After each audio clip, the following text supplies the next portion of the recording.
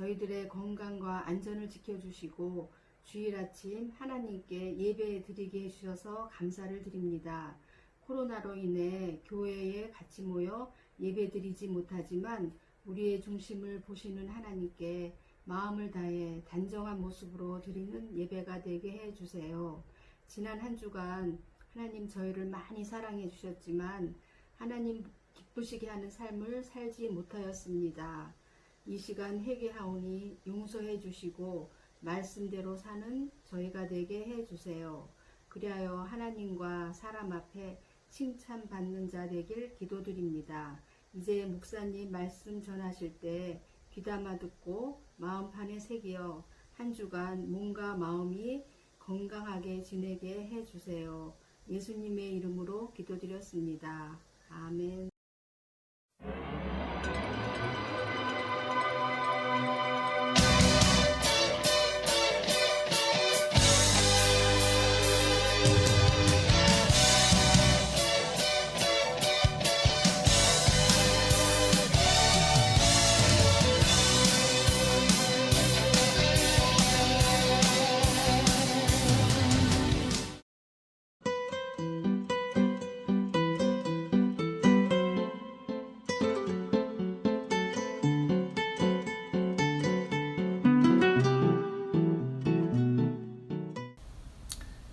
안녕하세요, 초등부 친구들.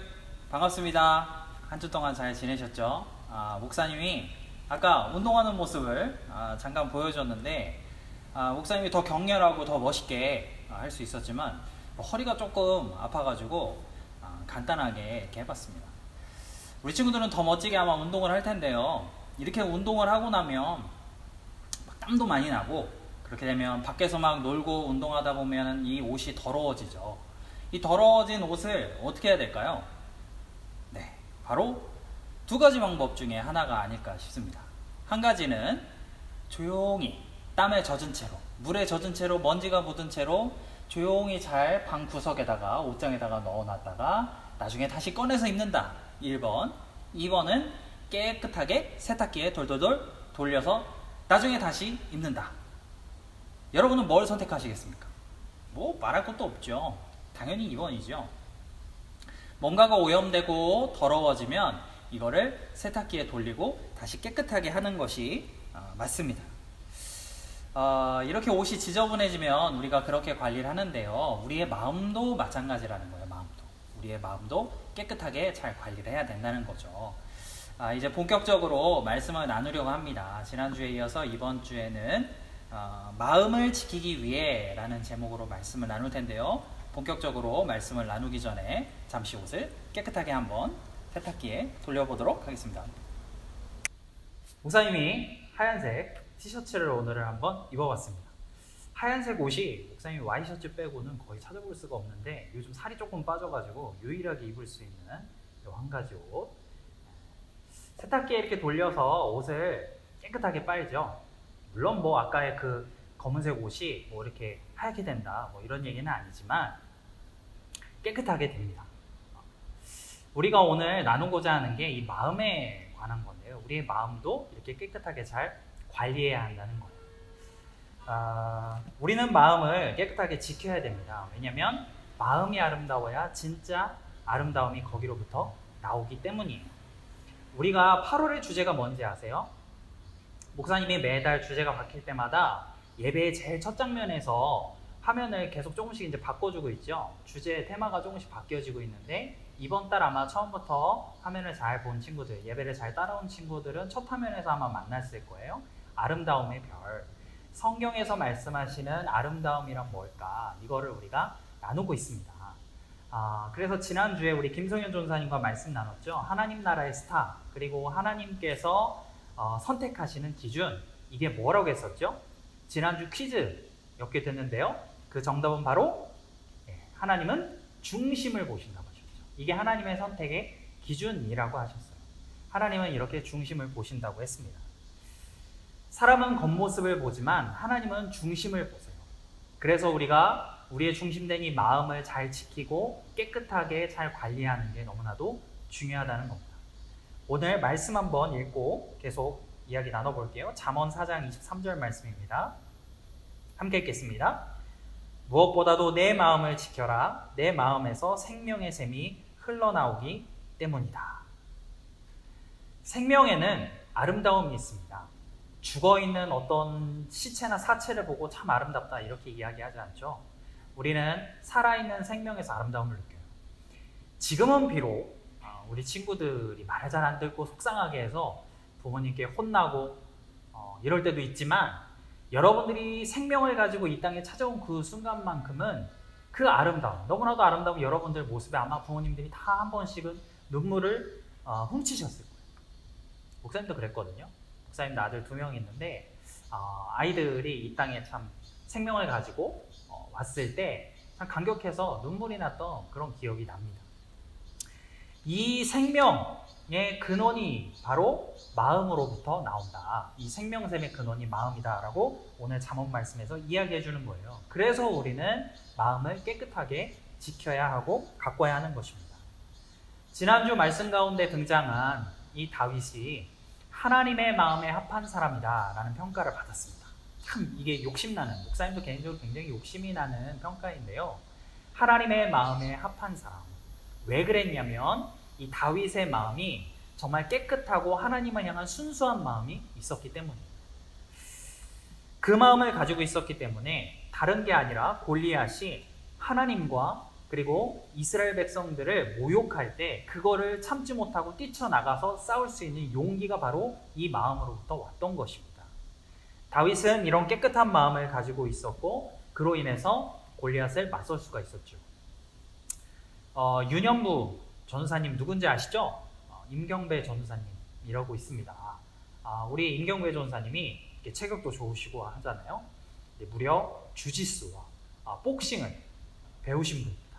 그래서 만약에 우리 친구들 중에 우리 임경배 전사님과 한판 붙어서 나는 뭐 스파링해서 이게 자신이 있다 이런 친구들이 있으면 목사님께 말씀을 해주시면 목사님이 전달해 드리도록 하겠습니다. 그래서 여기 체육관에서 신나게 한판 붙을 수 있게 한번 자신 있게 나설 수 있는 친구 있나요? 안 되죠. 뭐 여러분들이 뭐 10년 뒤 뭐 이런 정도면은 모르겠지만 지금이야 뭐 당연히 상대가 안 되겠죠. 그리고 나설 수도 없습니다. 다윗과 골리앗은 하물며 이거와는 비교도 안 되는 싸움이었어요. 그렇죠? 애초에 싸움 자체가 성립할 수 없는 그런 상대가 바로 다윗과 골리앗의 싸움이었습니다. 그런데 다윗은 이 하나님을 향한 순수한 마음이 있었어요. 깨끗하게 지켜진 그 마음이 있었기 때문에 그 하나만 믿고 하나님만 믿고 과감하게 골리앗에게 맞설 수 있었던 것이죠. 그런 다윗을 하나님은 도와주셨고 골리앗을 이길 수 있도록 해주셨습니다. 그래서 우리는 마음을 깨끗하게 잘 지키는 게 그 무엇보다도 정말 중요합니다. 왜냐하면 거기에 생명의 능력이 있기 때문이에요. 그러면 마음을 깨끗하게 해야 하는 건 알겠어요. 어떻게 해야 우리가 마음을 깨끗하게 지킬 수 있을까? 본문 말씀 신명기 4장 3절 4절을 우리 친구들과 함께 읽도록 하겠습니다. 시작. 너희 하나님 여호와께서 너희 가운데에서 바알보오를 따른 사람들을 하나도 빠짐없이 멸망시키셨다. 그러나 너희 하나님 여호와를 끝까지 붙들고 떠나지 않은 너희 모두는 지금까지도 살아있다. 아멘. 이 신명기라는 성경 말씀은 이스라엘 백성들이 광야 생활을 오랫동안 하는 동안에 이제 하나님께서 약속해 주신 약속의 땅에 들어가기 직전에 모세가 다시 한번 너희들이 광야 생활에서 경험했던 그 사실들을 기억해라 하고 중요한 말씀들을 남겨놓은 게 바로 신명기 말씀입니다. 이 이스라엘 백성들이 광야 생활을 하면서 어떤 적이 있었냐면 우상신을 따라 섬긴 적이 있어요. 오늘 본문 3절에 나왔던 바알보올이라는 이런 우상신들을 섬겼던 적이 있습니다. 그래서 그 우상을 섬겼던 이스라엘 백성들은 모두 다 광야에서 죽임을 당했고요. 그리고 끝까지 하나님께 붙어있고 마음을 지킨 사람들은 약속의 땅, 하나님이 주시는 축복을 누릴 수 있었다는 거예요. 쉽게 말하면 우리가 마음을 깨끗하게 하려면 누구에게 붙어 있어야 하는 것을 말씀하시는 거냐면 바로 하나님께 붙어 있어야 한다라는 것을 가르쳐주고 있는 것입니다. 한번 따라해 볼까요? 하나님께 붙어 있자. 꼭 목사님이랑 이렇게 한번 화면에 엄지로 꾹 한번 해볼까요? 하나님께 붙어 있자. 꼭. 맞아요. 하나님께 붙어 있어야 된다는 거예요. 이게 마음이 깨끗해지는 비결입니다. 친구들이 이렇게 생활을 하다 보면 마음이 더럽혀질 수 있어요. 안 좋은 마음들이 들 수도 있고요. 친구들 사이에 관계가 나빠지면 막 미움의 마음, 그리고 막 욕하고 싶은 마음, 막 이런 마음들이 생길 수도 있어요. 그리고 세상에서 말하는 가치 기준으로 자꾸 여러분들 존재 자체가 소중한데, 그런 깨끗한 마음인데 계속해서 우리에게 잘못된 가치관을 우리에게 주면서 우리 마음에 주는 게, 너는 더 이상 쓸모없어, 너는 이 기준에 미치지 못하기 때문에 아무것도 아니야, 이런 마음들이 자꾸자꾸 찾아온단 말이죠. 이 마음을 우리가 관리하지 않고 이것들을 그냥 놔두게 되면 아주 극단적으로 자살까지, 스스로 목숨을 끊는 일까지 일어나는 이유가 바로 여기에 있습니다. 왜요? 마음을 깨끗하게 지키지 못했기 때문에. 그래서 우리는 자나깨나 하나님께 꼭 붙어 있어야 됩니다. 우리 친구들에게 너무나도 중요해요. 그런데 이런 질문이 이쯤에서 생기죠. 보이지 않잖아요, 하나님. 지금 눈앞에 막 하나님이 보인다? 그렇지 않잖아요. 그런데 우리가 이 하나님께 어떻게 꼭 붙어 있을 수가 있을까? 우리가 한번 공기를 한번 생각해 보시죠. 목사님이 지금 아무것도 안 한 것 같지만 뭘 하고 있었을까요? 공기를 들이마시고 내쉬고 있었어요. 목사님이 아무리 빨리 호흡한다고 해도, 또 크게 호흡한다고 해도 공기가 보이지 않아요. 눈에 보이지 않죠. 그러나 우리는 공기의 존재를 알고 있어요. 하나님이 이렇게 우리 눈에는 보이시지 않지만 하나님은 살아계세요. 살아계셔서 목사님과 또 우리 초등부 친구들 한 명 한 명의 영혼들을 함께 하시고 자녀 삼아 주시고 인도해 주시고 계세요.